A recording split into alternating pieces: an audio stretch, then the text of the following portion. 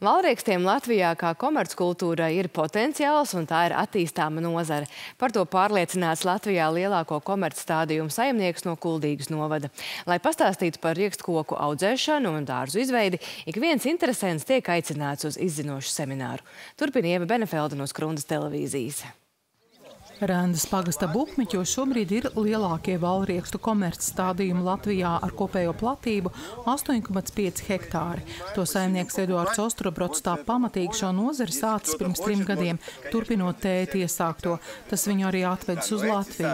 Viņš kļuvis kā valriekstu vēstnieks Latvijā, jo ir pārliecināts, ka te jāizmanto valriekstu audzēšanas potenciāls. Valrieksti, kas aug Latvijā ziemeļvalstīs, tie ir daudz saldāki augstuma dēļ, jo ziemā tiem ir jāizdzīvo, tāpēc koks uzņem daudz vairāk vitamīnu un minerālu vielu, un tas padara riekstu saldāku.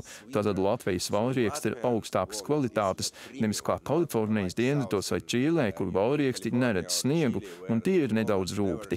Latvijas valrieksts ir salds, tas ir prēmijum kvalitātes. Lai arī valrieksti Latvijā ir zināma aptuveni 300 gadu, galvenokārt auguši muižu dārzos, tam uzmanību pievērsuši arī selekcionāri. Par attīstāmu komerckultūru tā kļūst tikai tagad. Cik tieši Latvijā ir riekstu audzētāji, nevar pateikt, jo tiešmaksājumos šis kultūra augsts netiek izdalīts atsevišķi. Seminārā tika stāstīts par iespējām un nosacījumiem, kā saimniecības var pieteikties tiešmaksājumiem vai investīciju atbalstam. Šobrīd riekstu audzētāji intensīvi nepiesakās šim atbalstam. Tad, kad tā komercializācija būs tādā līmenī, ka mums jau būs saimniecības, kas būs iestāduši vairāk kā 10 un 20 hektārus riekstu plantāciju, es domāju, tajā brīdī arī tas nes līdz arī šo investīciju vajadzību. Valriekstu dzimtas koki ir zināmi ar spēju kavēt blakus esošo augu attīstību, tādēļ tas šobrīd ir nonācis arī zinātnieku redzeslokā. Kopā ar saimniecību ir uzsākts pētījums, kā audzēšanas un pārstrādes atkritumus, kas bagāti ar aleloķīmiskiem savienojumiem, izmantot nezāļu ierobežošanā, izstrādājot bioloģiski noārdāmu, izsmidzināmu mulču. Zem valriekstu kokiem, kā mēs zinām, nekas neaug, un tas ir šī alelopātija.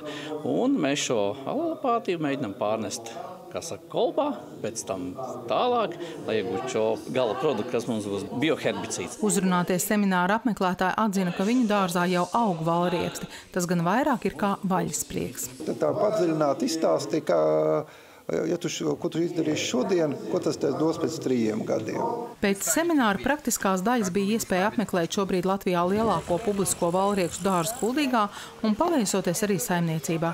Ieva Benefelda, Lants Perševics, Skrundas televīzija.